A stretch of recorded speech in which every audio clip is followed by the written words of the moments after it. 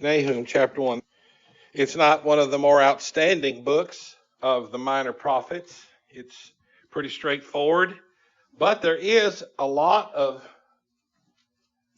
information there, or teaching there, instruction that can be implied and understood, that will help us better understand the character of God, the nature of God, what his plan and purpose is.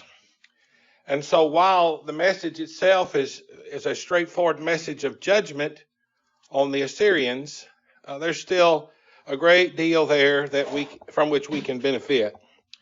I'm going to read through the first 10 verses for the purpose of our introduction this morning. Actually, we probably won't talk about anything much more than that, and we won't look at it in detail because I'm just going to be referring to it for some background to set the book up, and then next week we'll take up, like we usually do, with verse 2.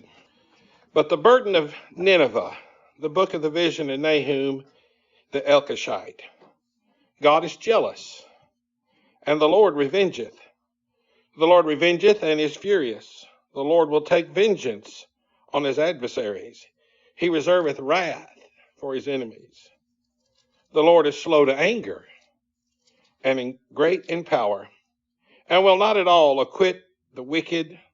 The Lord hath his way in the whirlwind and in the storm, and the clouds are the dust of his feet. He rebuketh the sea, maketh it dry, drieth up all the rivers. Bashan languisheth, and Carmel, and the flower of Lebanon languisheth.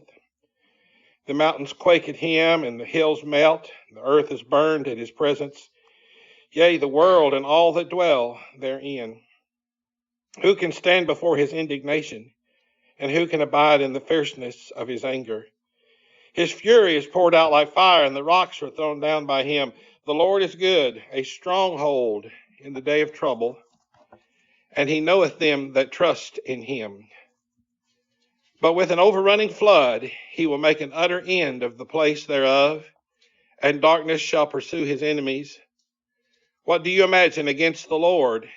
He will make an utter end. Affliction shall not rise up the second time.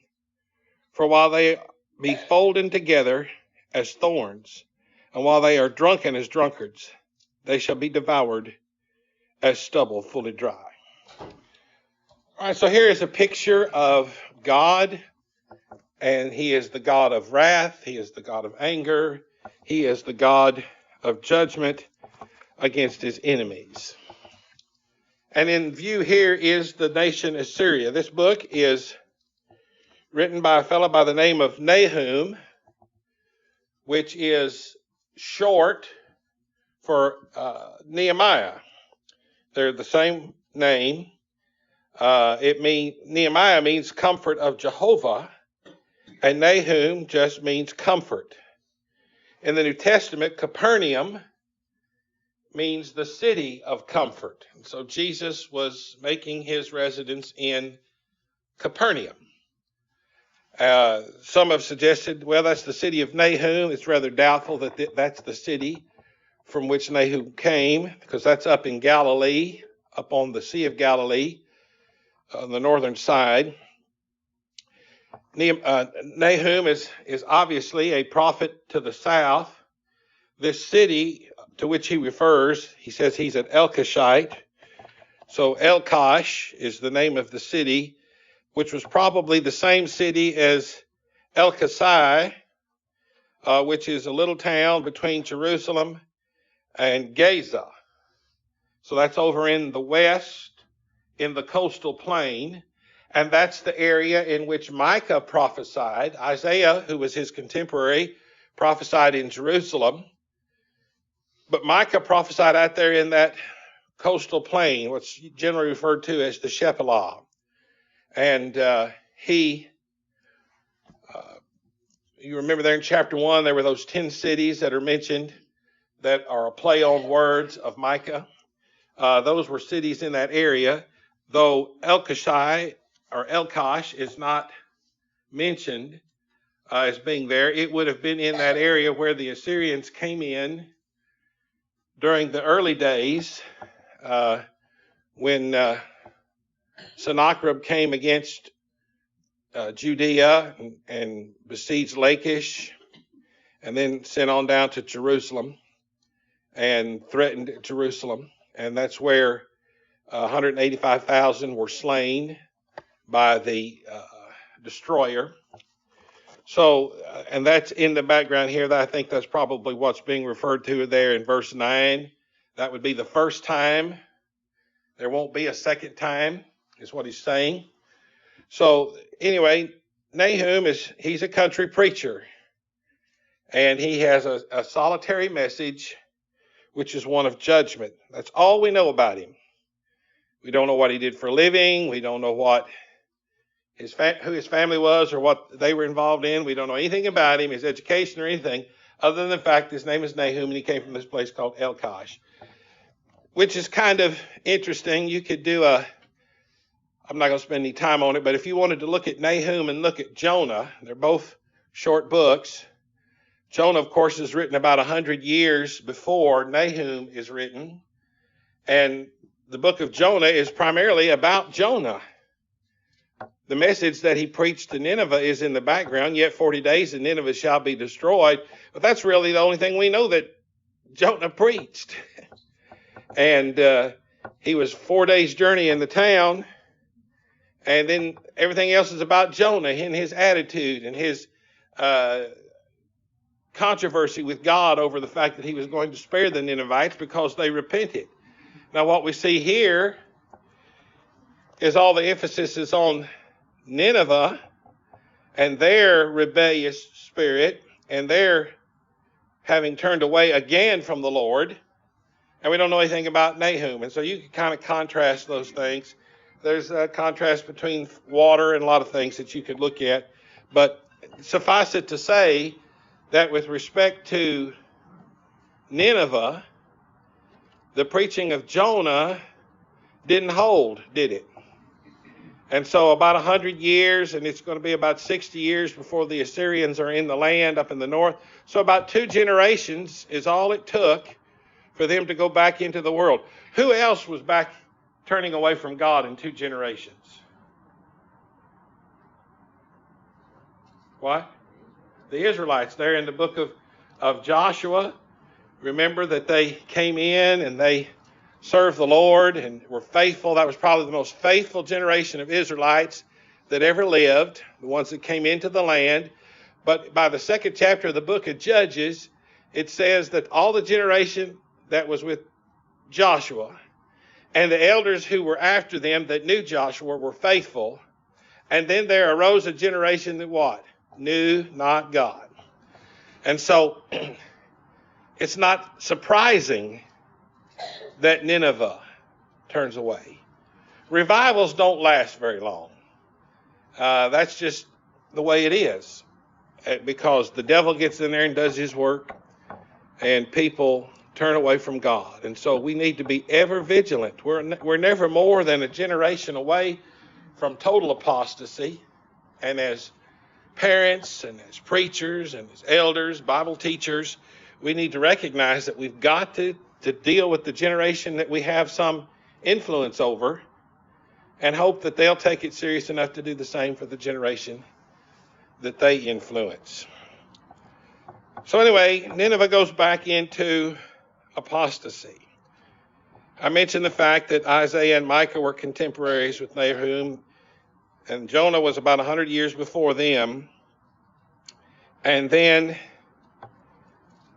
Nahum says in chapter 3 and verse 1, woe to the bloody city. That's a change in it from what they had been with Jonah's preaching, and now they are the bloody city. Looking here at the date for this book, I said it's 100 years before. We date Nahum based off of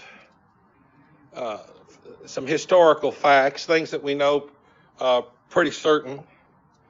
As we've pointed out, he's talking about Assyria. He sees some future events there in verse 9. What do you imagine against the Lord? He will make an utter end. Affliction shall not rise up the second time. So the Assyrian Empire is going to be completely overthrown. There's not going to be any. If the second time refers to their second entry into the land, or if the second time refers to their rising up as a nation later. That's one possibility. However, this is the Neo-Assyrian Empire. The Assyrians have already had some power at one point, and so they have arisen. But the fact of the matter is they do not come back from this. There is no Assyrian Empire. The Babylonians take them out, and then the Persians take the Babylonians out. If you're familiar with the book of Daniel, it's the Assyrians, and then Nebuchadnezzar, you're the head of gold, and then the silver is the Persian, and the brass is the Greeks, and then after the Greeks is the Romans. And none of those empires ever make any revival. And so God is revealing here the utter destruction. He says, I will make a full end. That's an interesting term. Jeremiah uses it often. You might do a little concordance search sometime. And of Israel, he says, I will not make a full end. But here he says, I'm going to make an end, an utter end, or a full end of the Assyrian Empire. There in verse 14, he says, and the Lord hath given a commandment concerning thee, that no more of thy name be sown. You're not going to have any, talking about the king there, your sons are not going to have any descendants that are going to sit on your throne. When the last king of Assyria died, he had 3 sons that took his place. Ashurbanipal is the last one that's mentioned in the Old Testament. He's mentioned in the book of Ezra. And he was the king who oversaw the migration of all those foreign nations into the northern kingdom. And when he died, he had 3 sons that succeeded him over the course of about a decade. And during the reign of the last one is when the Babylonians come and destroy the Assyrian Empire. And so your seed shall not be sown. There's not going to be more little Ashurbanipals running around who are going to be king. Then just look over there in chapter 2, verse 13. Behold, I am against thee, says the Lord of hosts, and I will burn her chariots in the smoke, and the sword shall devour thy young lions, and I will cut off thy prey from the earth, and the voice of thy messengers shall no more be heard. That's it. You're done. See? And then again in chapter 3, about verse 5, behold, I am against thee, says the Lord of hosts, and I will discover thy skirts upon thy face. I will show the nations thy nakedness, and the kingdoms thy shame, and I will cast abominable filth upon thee, make thee vile, and set thee as a gazing stock. And it shall come to pass that they all shall look upon thee and flee from thee, and say, Nineveh is laid waste. Who will bemoan her? Whence shall I seek comforters for her? She's gone, and everybody says, good riddance. And so utter destruction for the Assyrian Empire. Now, I said we date this based upon a couple of facts that are mentioned in the book. Now, believing in predictive prophecy, and I'm going to say something about that in the sermon this morning, but believing in predictive prophecy, when the prophet mentions in chapter 3, verse 8, art thou better than populace? No, that is a name. It just means city. And it's talking about Thebes, which was an Egyptian city. And Thebes fell in about 664 BC. So in that the prophet mentions that, says, are you greater than No or greater than Thebes? It would indicate that the book is written after that, because he speaks of that as an accomplished fact. So the earliest, the earliest the book could have been written would be 663 or 662 BC. Now, as we said, Jonah had preached to Nineveh about 100 years before we date this book. And so that takes us through 2 Kings chapters 14, 15, and 16. And you might read those chapters between now and the time you come to class next week. You could actually read all the way down through chapter 19 and get the full benefit of the invasion of Sennacherib. The last king that comes into the land of Assyria, from Assyria, is Sargon, and that's mentioned also in chapter 19. When we think of Nahum here, he's evidently prophesying at the peak of the power of the Assyrians. So sometime in the rise towards Ashurbanipal, who was probably the greatest king of the Assyrians. And so at the time of this writing, Nineveh was a city that was situated on the Tigris River. It had a 100-foot wall around it.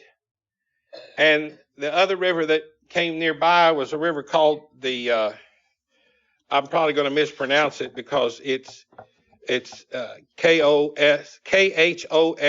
Kosor, the Kosor River. And this river was diverted somewhat to create a moat around the city that came back into the Tigris River.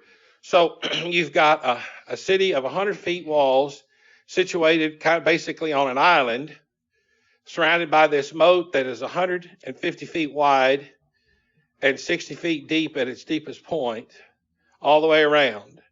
And then the towers in the city were another 100 feet above the wall. So you've got 200-foot towers, 100-foot walls.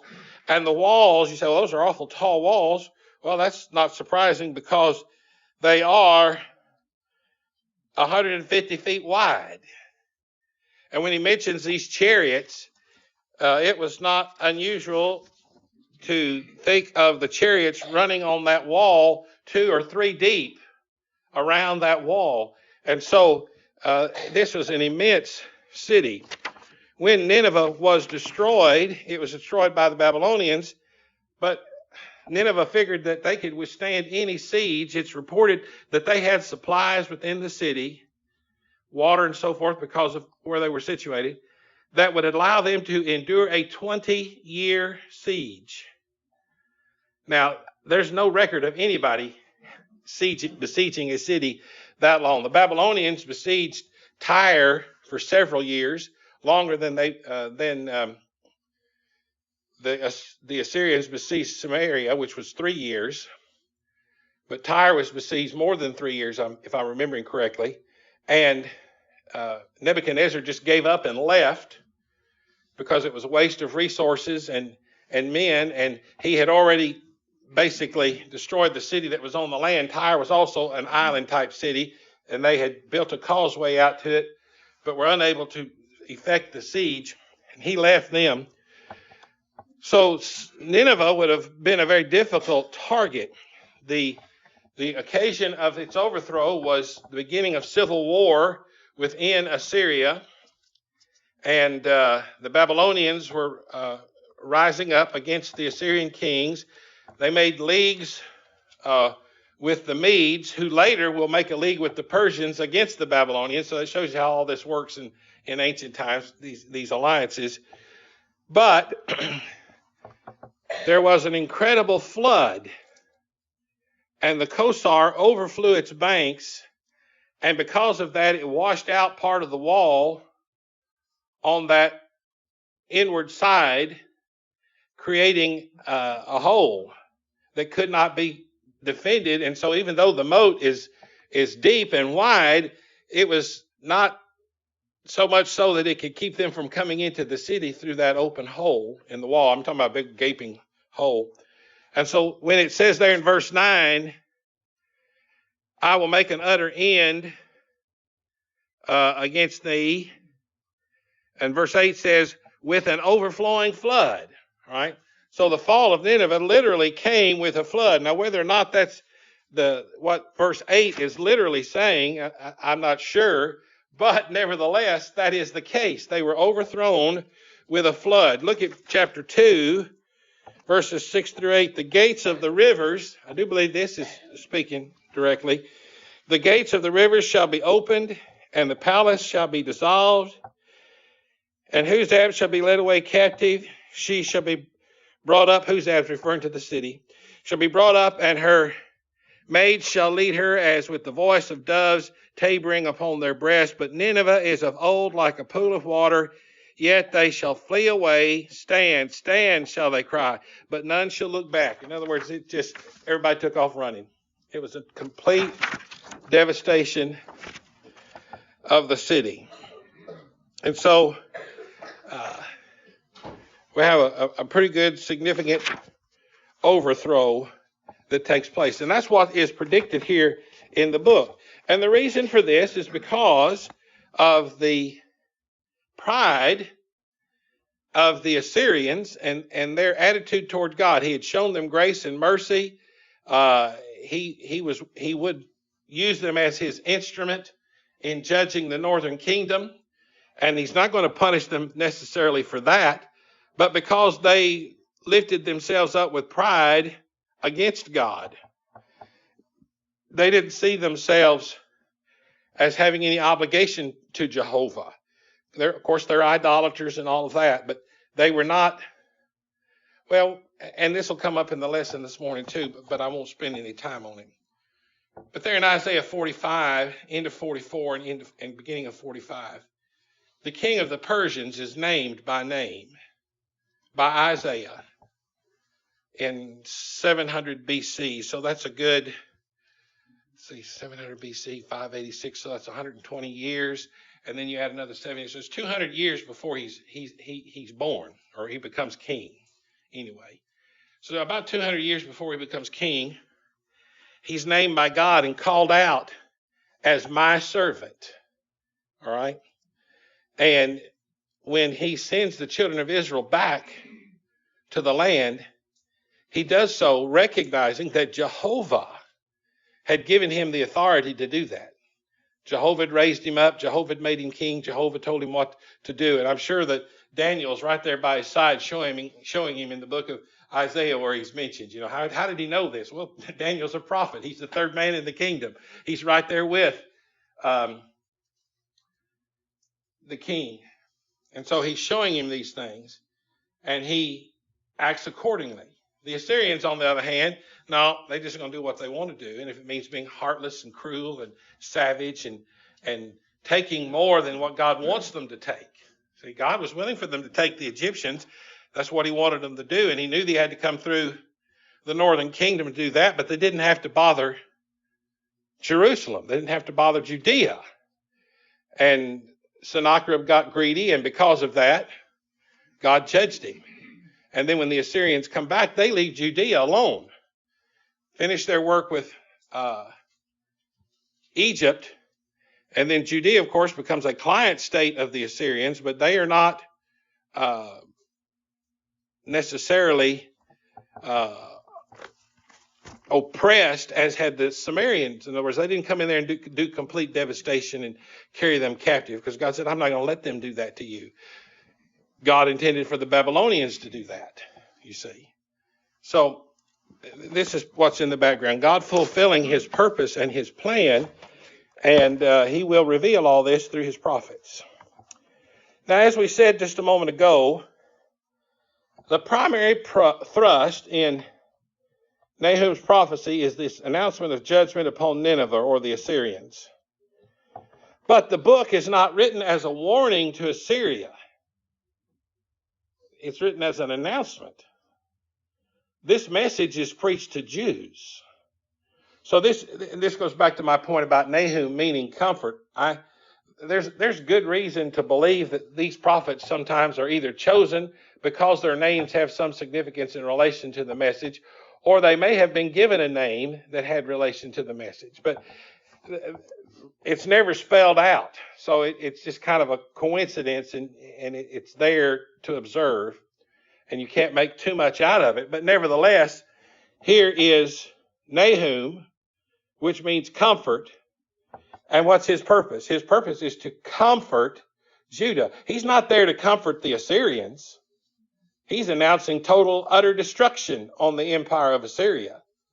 But his announcement of that is intended to give some sense of comfort to the southern kingdom. So God is sending Nahum to reassure the faithful in Judah. And see, that's the other thing. And I keep mentioning this as we study the minor prophets. And Nahum is a perfect example of this.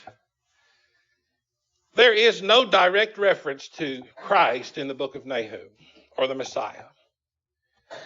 There is no quotation of the book of Nahum in the New Testament.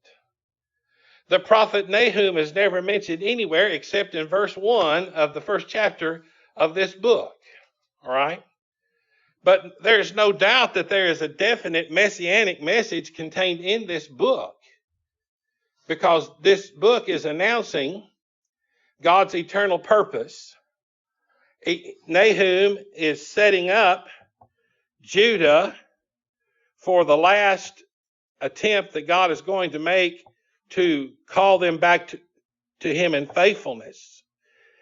If Micah and Isaiah were contemporaries of Hezekiah, and Nahum is after that, okay, so you've got Manasseh, who reigned for 53 years, who was the son of Hezekiah. Hezekiah reigned 26 years. Manasseh reigned 53 years. And the sixth year of Hezekiah is the ninth year of Hosea, and that's 721 BC. All right, so you got 75 years after that, Manasseh. That gets us down to into the 600s. All right, but after Manasseh, he had a son who God didn't let reign very long, Amaziah, and then after Amaziah was the boy king Josiah. And Josiah was to his generation what Ronald Reagan was to mine. I think Ronald Reagan was the greatest president we ever had. You're welcome to disagree with that. I'm not trying to start a political discussion. I'm just trying to make a point of historical significance. He is recognized as a great president. Josiah was recognized as one of the greatest kings that ever lived. And when you read the book of Jeremiah, Jeremiah is just devastated at the death of Josiah. He makes this great lamentation because Josiah is stricken down at his prime, at the greatest moment in his kingdom, and with the removal of Josiah, then there comes a series of kings who are just, every last one of them, reprobates, who lead the children of Israel back into apostasy and who hasten the day of their captivity. And so a man like Jeremiah, he thought, man, we're on the verge of a great restoration. We're about to turn this kingdom around. And then, wham, Josiah dies in battle with Pharaoh Necho. And the Babylonians crush the Assyrians and the Egyptians at Carchemish in 606 BC. And the Egyptians are driven all the way back into Egypt. The Assyrians flee. Their capital, their Nineveh, has already been destroyed. Ashur, Asshur, has been destroyed. Then Carchemish, where they made their last stand, is destroyed. And the Assyrian Empire is gone. And Nebuchadnezzar, whose father had been on the throne, his father dies. Nebuchadnezzar goes back and takes the throne, and he becomes the first in the line of that great dynasty of kings. I say first. There's actually only two more kings after him, but he becomes the greatest of that dynasty of kings. And the golden year of the Neo-Babylonian Empire is that 70 years in which the children of Israel are in Babylonian captivity. Of course, you've got Shadrach, Meshach, Abednego, and Daniel, all of them in close, intimate relationship with Nebuchadnezzar. Then you've got other greats. You've got Ezekiel, who's prophesying all over Babylon in those days. So you've got these great prophets of God during this time working with the Babylonians and working with the Israelites. And then when the Persians come in, you've still got those prophets. But my point is this, is that Manasseh dies, Amaziah dies, Josiah becomes king. And so I'm thinking that this book was written somewhere in that period, because it's got to be before 612 when the Assyrian Empire technically falls. So somewhere in this period where either Manasseh or Josiah, or king, somewhere just before Josiah becomes king, this book is written. And so, and this, but it does not seem to have been too well known or appreciated because, let me rephrase that. By the time that Josiah becomes king, okay,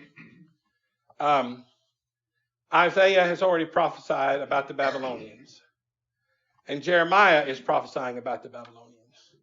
And the message of both of those prophets is you must submit to Babylon if you're going to survive, okay? And so here's Pharaoh Necho, the Egyptian, and he's coming to help the Assyrians. And what does Josiah do? He takes the Hebrew army out to meet Pharaoh Necho, to stop him from linking up with the Assyrians at Carchemish. Now, why would that fella do that? Because he knew what this book said, that God was going to destroy the Assyrians, and that he had to submit to the Babylonians because they're coming, you see. And so it's a very unusual thing. God didn't tell him to go out there. That's the thing about it. God didn't tell him to go out there, and he went out there, and he perished in that. But I don't think he lost his soul because he's trying to obey God. He becomes a very powerful object lesson that God is going to bring this about, even though you've got this good king. Because when you read about the days of Josiah, there is a faithful remnant in Judah. But it's not very long till they're back out on the high places. And then with the kings that follow, Jeconiah and particularly Zedekiah, when those two kings come along, they're full-blown idolaters again. The temple gets shut down. It's just terrible. And Jeremiah is preaching his heart out against that bunch of reprobates. And what does he get for it? He gets thrown in the dungeons, what he gets for it. He's done it. That song we sing, Love Lifted Me Out of the Miry Clay. All right. You know where that comes from? That comes from Jeremiah being in that dungeon down in the miry clay. He's in the bottom of this hole that's just full of this old wet clay. If you've ever been in old wet clay, gumbo mud like that, oh man, that's awful. And that's where he was, see. It's a terrible place. And they finally came and got him out of there. But that's what's all going on in the background here. And Nahum is setting that up, see. And so here's Josiah, who probably has this book, plus he has the influence of Jeremiah, and he has the message of the prophets Isaiah and Micah, who are telling him the Babylonians are coming, Isaiah in particular. And so he thinks he's doing God's will by going out and opposing the Egyptians. Now, another purpose for which the book is written, and I need to quit here in just a minute. Another purpose for which the book is written is to help us harmonize, or to reconcile might be a better word, the character of God. Go back there to verse 2 and 3 actually. God is jealous, the Lord revengeth and is furious, the Lord taketh vengeance on his adversaries, he reserveth wrath for his enemies. That's the God of the Old Testament, isn't it? That's a God of judgment. That's a God of wrath. That's a God of anger. And then what's the next verse say? The Lord is slow to anger and great in power and will not at all acquit the wicked. So God is not just this God who's looking for every opportunity to send a lightning bolt and thrash somebody. He's slow to anger. How long has he waited on the Assyrians to get right? Well, all that time leading up to Jonah, then he sent them a prophet. They repented, and now it's been 100 years, and they've gone back into to idolatry, unbelief, apostasy, and so he's I'm done. And so a lot of people say, well, the God of the New Testament is a God of love. No, the God of the New Testament is the same God that's in the Old Testament. There's no difference. And this is helping us understand that. He's slow to How slow? Well, over 100 years as far as till he finally got fed up with Assyria. And who knows how long he'd been putting up with them if you take their entire history as a nation. It goes all the way back to the days of Nimrod, who was a descendant of Cain. He built the city of Asher. So that tells you about the Assyrians. He's the father of the Assyrians. And so he was an apostate himself. So God's been putting up with him for hundreds, even thousands of years. And then you think about us, mankind as a whole. How long has God been putting up with us? Well, if we just date from Bible history, well over 6,000 years. See? And so God has been patient. He hasn't wiped us out. There have been times when God removed nations because of their exceeding wickedness. And that's another thing that's learned in this book, that God can bring a nation down and nobody even expected. I've told you, I don't know when God's doing things or what he's going to do. He hasn't told me. But I do know this. If God wants to remove a nation, he will. There won't be anything I can do to stop it. And that's a very powerful lesson right there, that I need to stop trying to whittle on God's end of the stick. And what I need to do is be righteous. Do what he wants me to do, try to save people, see. And I think that was part of Jeremiah's problem early on, was he got all caught up in this great idea of a revival and a movement and a resurgence of the nation and so on and so forth. And he just forgot their history. He just didn't realize that God had told them this is where they were going. They were destined to return to captivity because of their evil. And it was his purpose and plan, and that he would bring them out of that and still accomplish his plan. So we learn to reconcile some of those difficult attributes of God.